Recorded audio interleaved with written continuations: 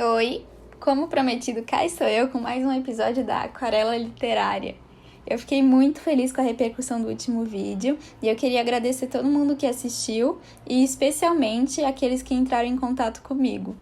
De verdade, cada mensagem que eu recebi fez realmente o meu dia e é muito bom saber que eu posso compartilhar com vocês a arte que eu tanto gosto de fazer. Dessa vez, na mesma pegada do primeiro vídeo, nós vamos falar sobre Jane Eyre, que também foi escrita por uma Brontë. Eu vou começar falando sobre a minha experiência com esse livro. Bem, eu fiquei completamente chocada com os posicionamentos da Jane. É estonteante pensar que essas palavras foram escritas no século XIX, mesmo sendo tão fortes e tão atuais. O livro me cativou desde o início. No primeiro dia, inclusive, ele já tinha me arrancado algumas lágrimas. A Charlotte, que é a autora, sabe construir um mistério com maestria e nos faz devorar as páginas em busca de respostas. Agora vocês estão vendo a minha edição, que é da Itatiaia. Eu colei essa imagem na capa porque, na verdade, a capa original tem esse retrato da Charlotte medonho, que me assustou muito, eu não queria ficar olhando para ele. E aí eu coloquei uma foto. Enfim, essa edição tem 280 páginas, as folhas são brancas e a letra é bem pequenininha. Então, se é difícil para você enxergar ou se você não gosta da página branca como eu acho que tem opções melhores. Agora, voltando a falar do texto em si, além do mistério, que é muito interessante, a Charlotte também mostra que ela sabe cultivar as expectativas dos leitores e, como a boa Brontë que é, arrancá-las brutalmente. E ela devolve, arranca de novo, e a gente cai num ciclo infinito, que não é nada chato. Então, a leitura me fez viver, na verdade, uma ampla diversidade de sentimentos. Paixão, pena, dor, alegria, compaixão e raiva. Muita raiva dos princípios da época. O tempo voou na agradável e muitíssimo interessante companhia da Jane. Agora vamos contextualizar, que eu acho muito importante. Jane Eyre, uma autobiografia, nome que já sugere as semelhanças que a gente vai encontrar entre a protagonista e a autora, foi escrito por Charlotte Brontë. Sim, daquela mesma família super azarada que eu citei no último vídeo. E ele foi publicado em 1847, assim como O Morro dos Ventos Uivantes, de sua irmã. Ela é a mais velha das irmãs escritoras e também foi a que mais viveu, inclusive foi a única a se casar. Charlotte, aos 8 anos, foi mandada ao internato junto de algumas das suas irmãs, Elizabeth, Maria e Anne, onde as duas primeiras foram vítimas fatais da tuberculose, agravada por uma epidemia de febre tifoide. Guardem essa informação que vai ser importante no decorrer do vídeo. É nesse contexto que nascem os mundos mágicos criados pelas irmãs para escapar da dura realidade. E na volta para casa, as sobreviventes amadurecem a imaginação, consolidando-a na escrita. Alguns relatos descrevem Charlotte como amiga maternal e grande protetora das irmãs mais jovens. E sabemos também que a Charlotte tinha princípios morais muito fortes e inflexíveis, mas, ao mesmo tempo, ela conhecia a importância da tolerância, um conceito pouco praticado na época. Tem mais alguns eventos da vida dela que eu acho importante citar aqui, porque em algum momento, no meio da obra, a gente vai encontrar semelhanças.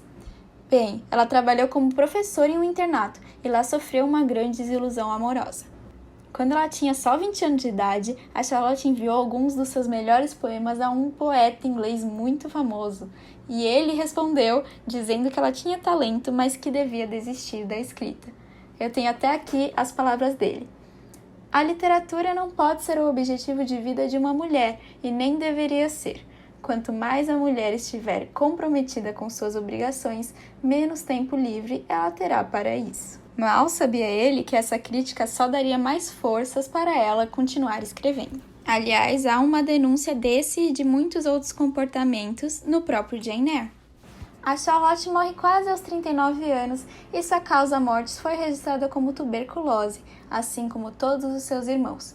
Mas há indícios de complicações no parto, já que a morte ocorreu quando ela estava grávida do primeiro filho.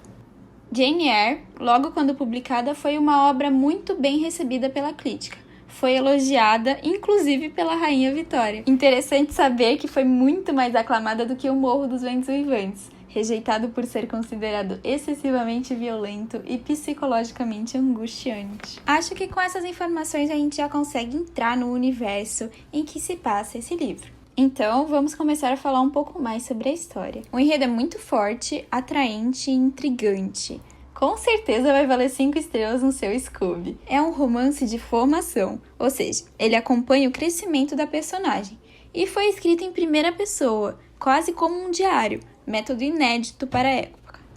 Esse tipo de narrativa cria, inevitavelmente, um laço especial entre o protagonista e o leitor. A personagem principal tem uma audácia particular, posicionamentos quase revolucionários e apresentados com uma confiança de se invejar. Coisa que chega a ser irônica, pensando na infância difícil e solitária e nas constantes críticas à sua aparência. Em momento algum, ela deixa de reconhecer a sua posição social e o seu desvio dos toscos padrões femininos. Simultaneamente a isso, ela reconhece cada um de seus atributos e reclama a cada minuto o inato direito a ter voz própria. Nesse caso, o direito ao berro. Jane Eyre berra com as injustiças e hipocrisias que lhe são impostos. Apesar de passar boa fase de sua vida sob humilhação, ela não a aceita, pois sabe que não a merece. Aliás, que ninguém a merece, já que sua força não anula o seu bom coração e valores inflexíveis. Nessa mistura de romance com suspense, momentos de euforia com fases de estagnação e desamparo, a autora nos leva em uma viagem por diversos locais da Inglaterra vitoriana, pelas mais diversas classes sociais, pelas crenças remotas e, de certo modo, por nós mesmos. Digo isso porque acredito que cada pessoa tem um pouco de Jane em si, por Jane ser tantas coisas em uma só. Enquanto eu lia, eu percebi uma divisão da história em 5 fases. Todas têm começo, meio e algumas não têm o devido final, caso que terá consequências na evolução da narrativa. Cheio de reviravoltas emocionantes, o decorrer da história é tão intenso quanto a própria protagonista. Tudo começa quando Jane é pequenininha, já se tornou órfã e vive com a esposa de seu falecido protetor. Mrs. Reed é cruel, invejosa e medíocre, e eu poderia xingá-la o dia inteiro. Eyre não deixa isso passar impune, mas é óbvio que esses abusos deixam feridas que não se pode remediar. Refugiando-se em livros e na própria imaginação, durante o ápice da injustiça, a Jane acaba indo viver no internato para órfãos, fase de se partir ainda mais o coração. Aqui, a autora denuncia as precárias condições que sofreu em sua estadia no internato, e até replica o surto de febre tifoide que levou suas jovens irmãs. Apesar das situações desumanas que roubam a infância das estudantes, a Jane não teria mais para onde ir, e ali fica por 8 longos anos. Se destaca nas pinturas com aquarela e em diversas outras áreas. Se forma professora, assim como a Charlotte fez. Saindo desse inverno constante, finalmente, ela inicia uma nova fase como preceptora de uma criança francesa em uma mansão, onde o mistério e os mais calorosos diálogos se passarão. Nesse novo cenário, a Jane sofre com a inconstância, com os dilemas internos e passa a conhecer a vida fora da escola de Lowood. Nem sempre ela é prazerosa, mas acaba por valer a pena. Acho que essa breve descrição é o bastante para não prejudicar a sua experiência com o livro. Quero encerrar a análise com essa citação que tanto me encantou. Abre aspas.